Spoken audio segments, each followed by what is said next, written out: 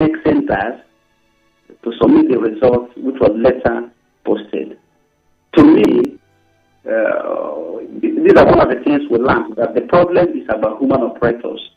And if we can strengthen that aspect of human operators, I think with the introduction of beavers, we will have a better election.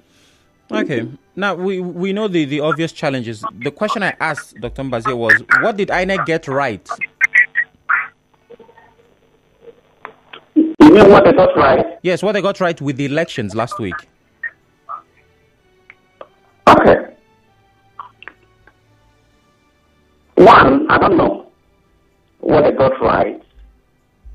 I would say that because they came late, most of the election started, the most polling unit started at 4 o'clock.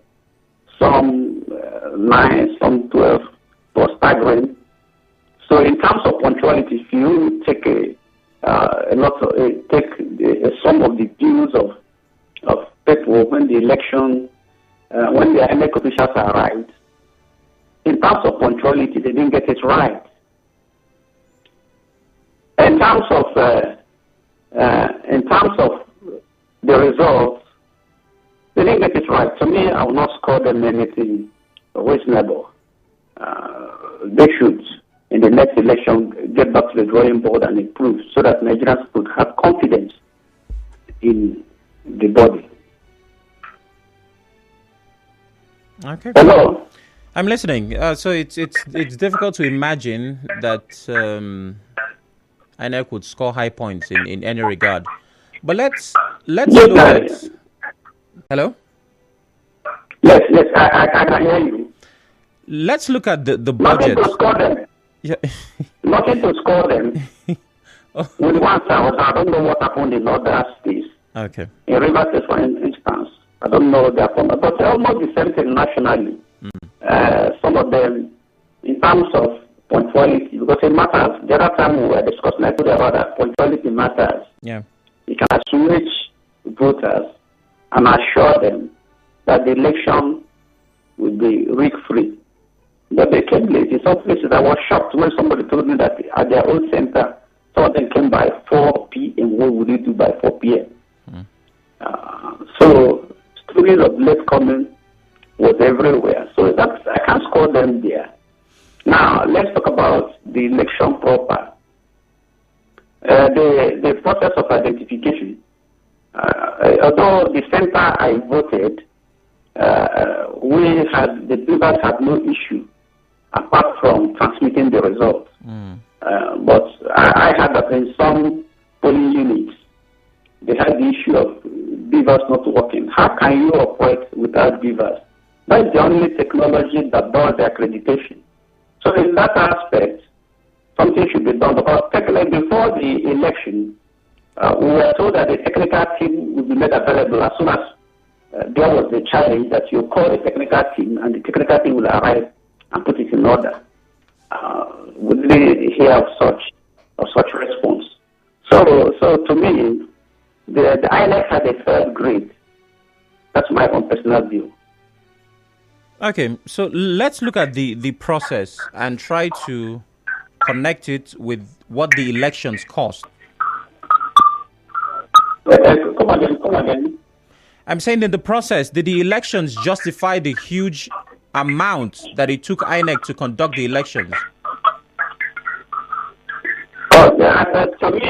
To me, it's a waste of public funds.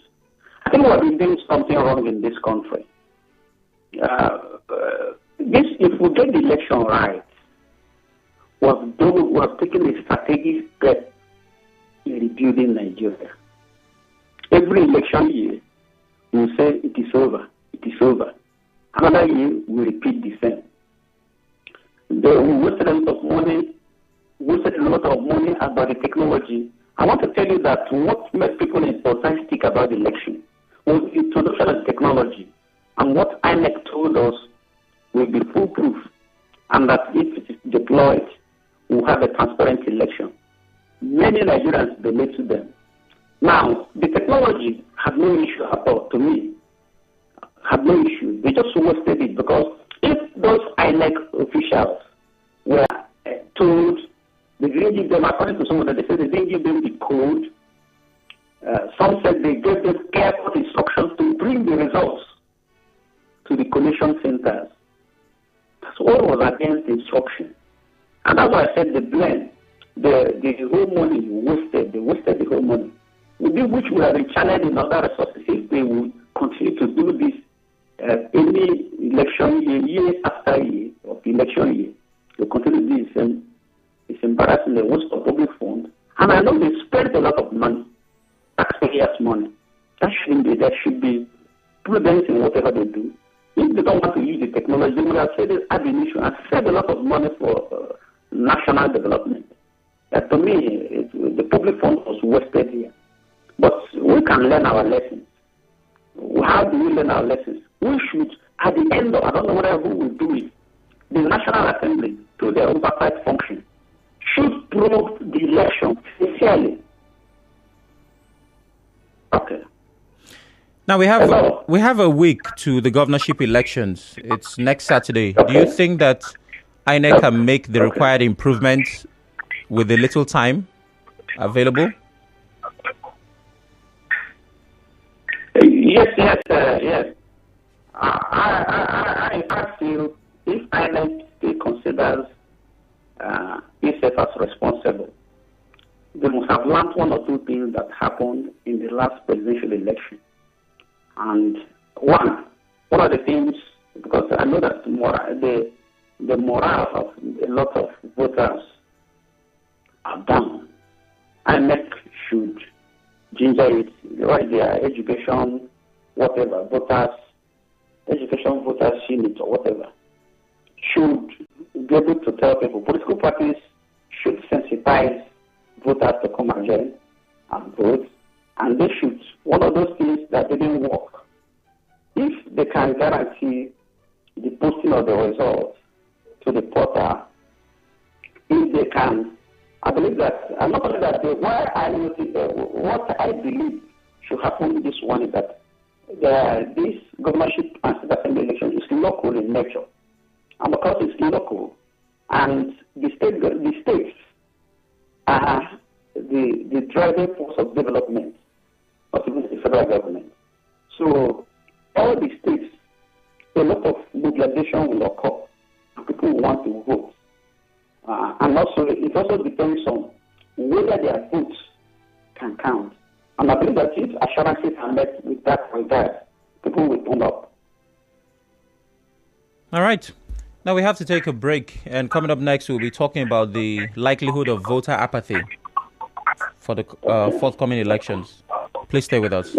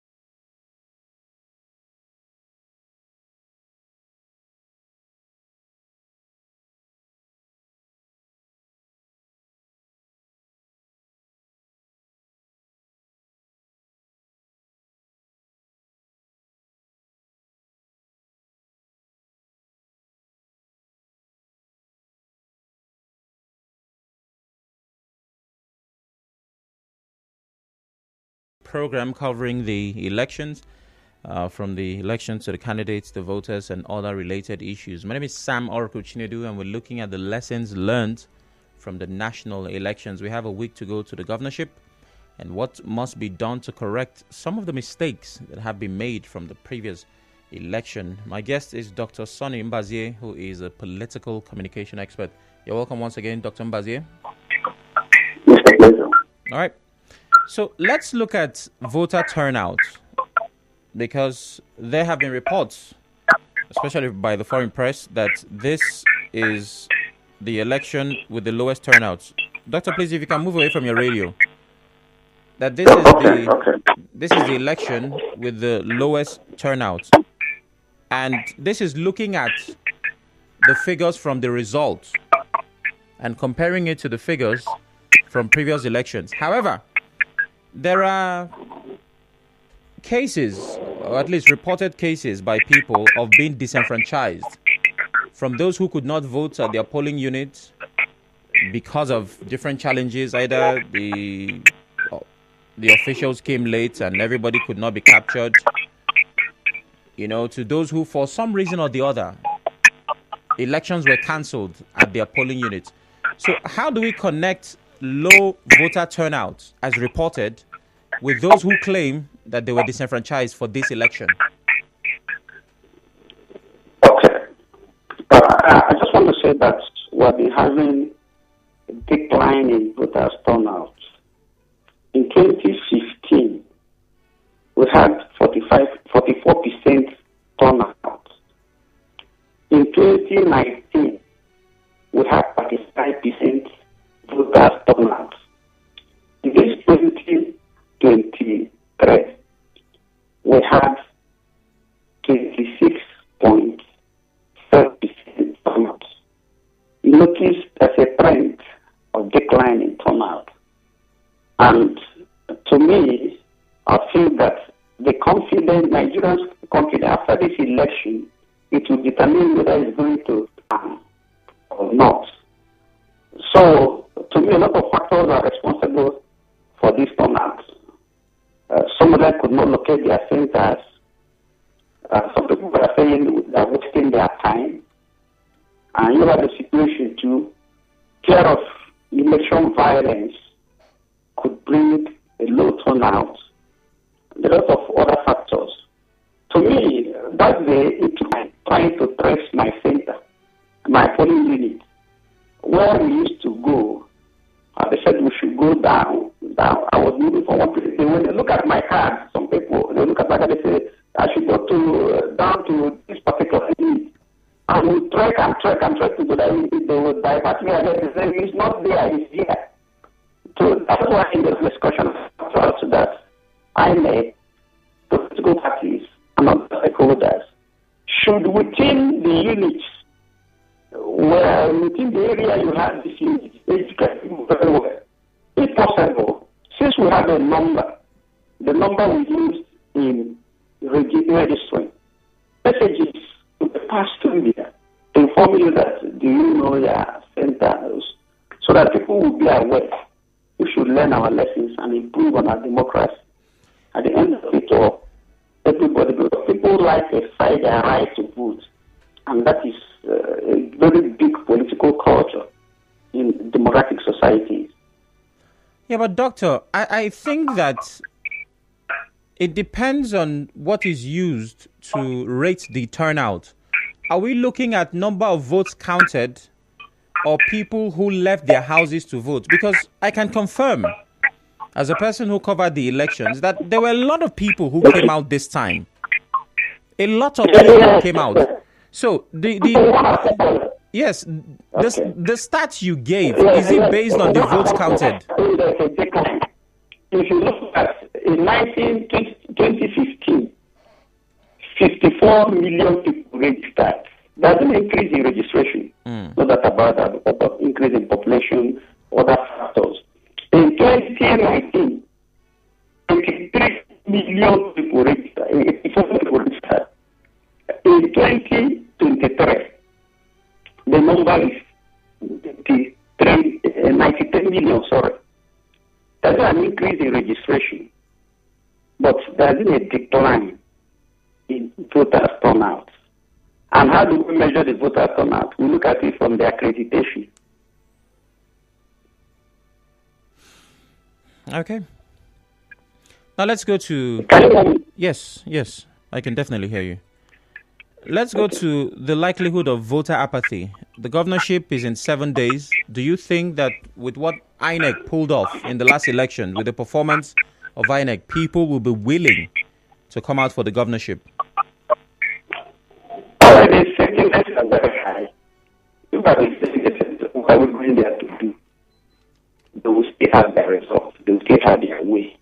I think that inspiring confidence is very important. And that's why we're saying that let us get it right.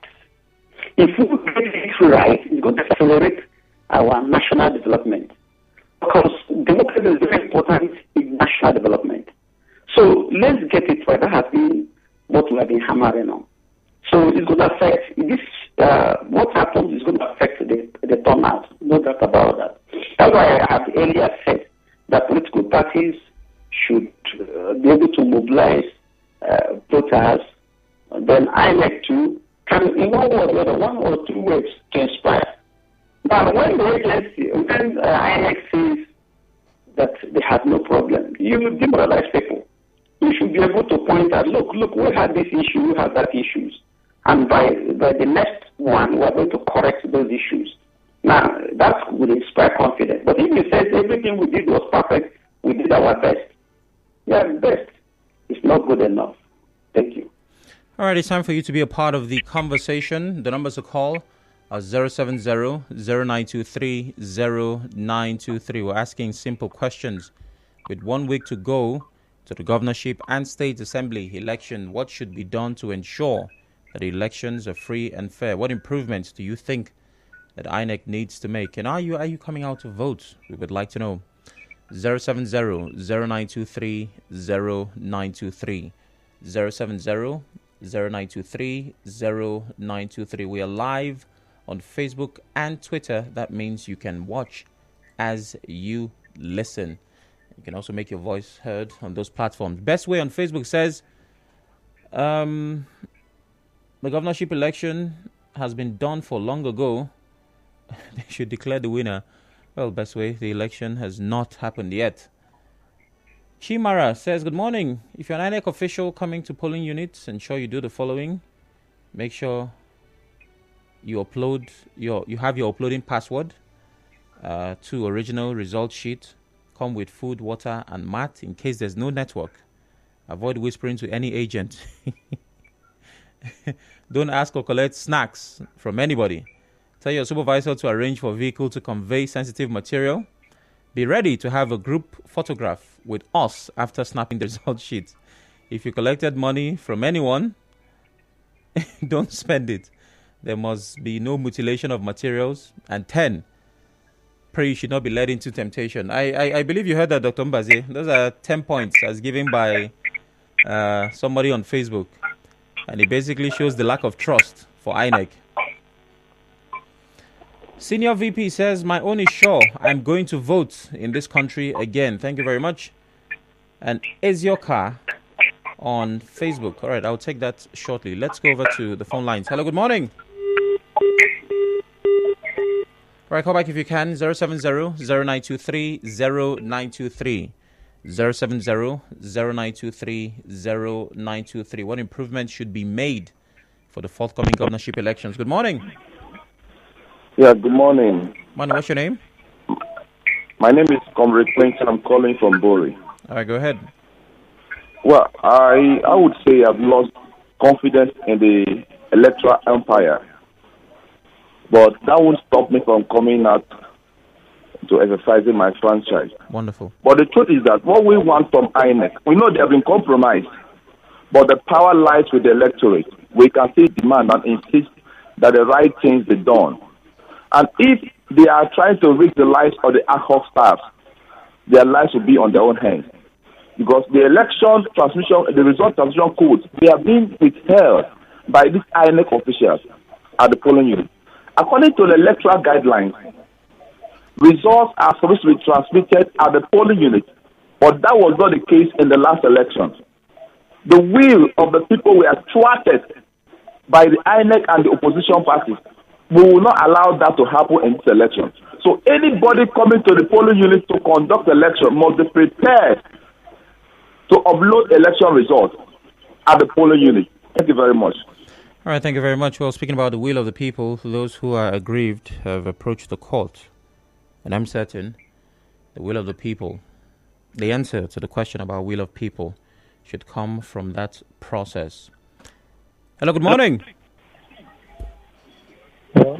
Good morning, what's your name? Good morning, Senator. Good morning, what's your name? I'm Tamno Joshua calling from Okrita. Go ahead, Joshua.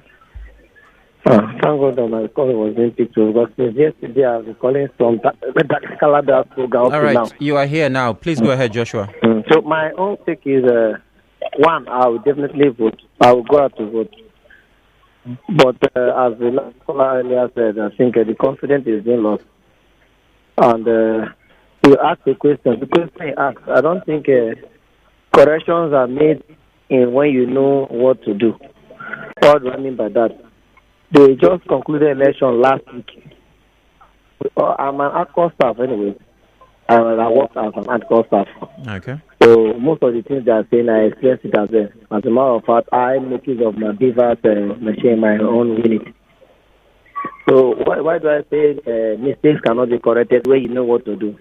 The thing that just happened, it is very much obvious that the codes that were not given to most of us that went to work, they know why they did not give. Let me not say what I don't know. They know why they did not give them out.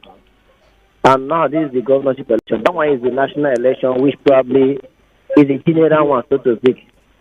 But this one is a state election. So I somewhat believe that the correction now will be done because it's now past it. The national has been taken care of. Now this one is state, so I believe they will now do what they are supposed to do. Not that if they do it, it's a correction. It's not correction. They know that this one is what they are supposed to do last week. But they fail to do it because of what they know best. But now this one, it's okay, fine. So attend to it, so to speak. Anybody that wins, you can work with anybody. Then, there's one thing I want to really ask. In all your programs, you have not put it. ADCO staff are very much. And for all these years that have passed, they have not been voting. I don't know if you can consider it one day and put into your program to know if this role can be given an opportunity to vote me either a day or I don't know how to put it, but imagine the numbers of ADCO staff that will be working for these years they have not been voting. Let's imagine that we have a number that, let's say, is a tally, like the last one that just happened now, where what's his name, Atiku and Obi, they're almost 12 million, 6 million thereabouts.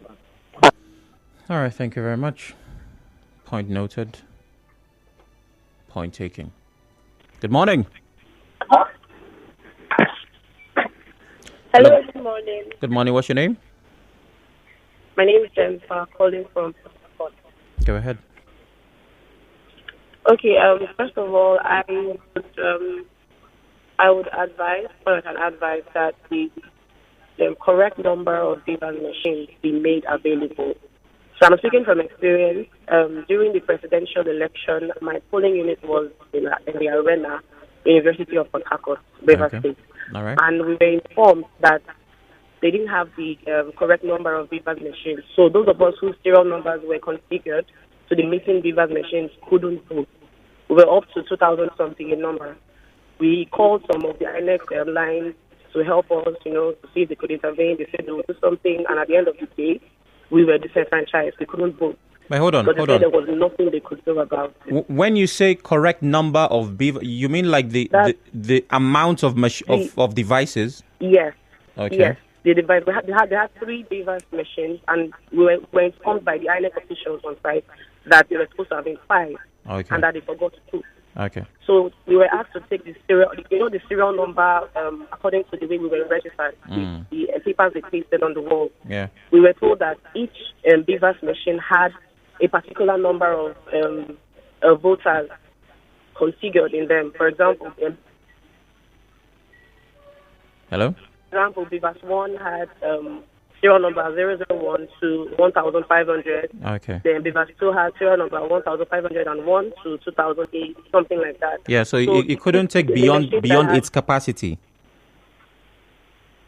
No. Like it was actually configured. So if you want to be, should I say, accredited, and the particular device they insert your card into is not where your serial number was configured, it wouldn't fly. That was what we were told. Okay. So the particular device machine that had serial number 3000 to 4000 wasn't there, and I think that was alphabet O down to P, and alphabet N down to O. And so from the number, they just said you cannot vote. Yeah, it's not here. From the number of persons we called, we tried, and there was nothing we could do, so we couldn't vote. Okay, so and I confirmed from two of my friends and two other polling units that same thing happened. And I was really trying to get this question across. All right, thank you very much. Hello, good morning. Hello, good morning. Morning, what's your name? My name is McDonald, calling from Port Harcourt. Go ahead, McDonald. I think, firstly, it will be almost impossible to bring back confidence to the people. I'm not saying it's impossible, but it's almost impossible because INEC has a lot to do. Firstly, the issue of arrival on time, punctuality, is key. Once they cannot come on time, they said 8 o'clock, and voting starts, I think, by 9 or by 8. Once you start coming by 4 or by 2, what are you coming to do? That's one. Two, I thought that before using this, there was something like a trial process. I think during the training, there were some kind of trials and all of those things. At that stage, didn't they do uploading? Didn't they try the uploading, or they just tried only accreditation and voting? They didn't test the uploading. Who are trying to deceive? I don't understand who they are trying to deceive. If there was proper training and trial and test, they must have tested accreditation, voting, and uploading. So, at what now did the uploading begin to fail? How can somebody come to work and you say they didn't give you the key to upload?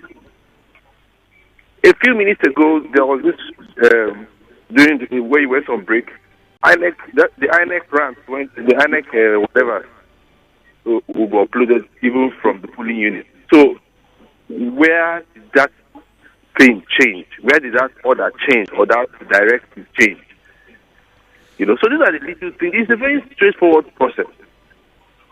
Come on time, one. The moment you begin to come late, it means that you are planning to disenfranchise some people. That's one. And you are planning to do some hidden things in the night. All right, thank you very much, McDonald. Now, I remember the official statement put out by INEC in defense to whatever anybody had to complain about the beavers, and it was summed up in the words technology glitches. You have to double click and expand to basically understand how, why, what. But technology glitches was what the reason was giving. I'll take that as a bulk reason. Dr. Mbazie, you can tell, if we were to judge by the callers we've had, and we're still getting, that confidence in INEC is extremely low. If possible, might be at an all-time low. Oh, yes. If the confidence we have in INEC and in the electoral process should not be low, we can do something, because if this aspect of the electoral process is affected, that means that Nigeria can be classified as a democracy. So what we should do, as I said, the media should help us. It's a civic right. Let us come and do our own. So that when we do our own, if something went wrong, we can point out that something went wrong. Let me tell you something over the years I've observed. If you don't come out, you'll be surprised to see results. But if you are there, it makes it difficult to read the election. Let me tell you, I've been an ad hoc staff. I know the point. One is not very large. Everybody who is planning to make election, it will not work. So please, for the governorship election and the state assembly, I urge everybody to come out. We can get it right. Now, because even as we say neck and neck, it may not be every part of a neck. Maybe some disgruntled elements.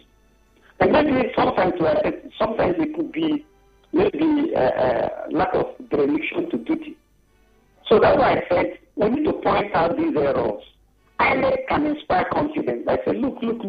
At me, there's nothing wrong. Don't say you are perfect. We didn't get this right. Controversies have taken steps to ensure that in this coming election, that our staff will be there on time. There's nothing wrong about that. That could inspire confidence. And Thomas could rise. Now, if you say, look, on the beavers, we noticed a lot of things happened. We are investigating what happened. And we are taking steps now to train them, or not about training, to make sure that our beavers can upload. You inspire confidence. But if we keep quiet, it affects the voters, their psychology, and what have you. Okay. So I believe that Nigerians should ignore what happened, come out in their large numbers to exercise their votes. And I believe too that what happened, because I should believe that they have learned one or two lessons.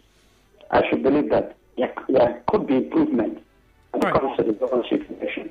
We have just 3 minutes left in the conversation and lots of messages on WhatsApp. Good morning, Sam. Voter education by INEC is needless since they are compromised in all ramifications. No amount of assurance will restore the lost confidence in INEC. George from Rumukrushi.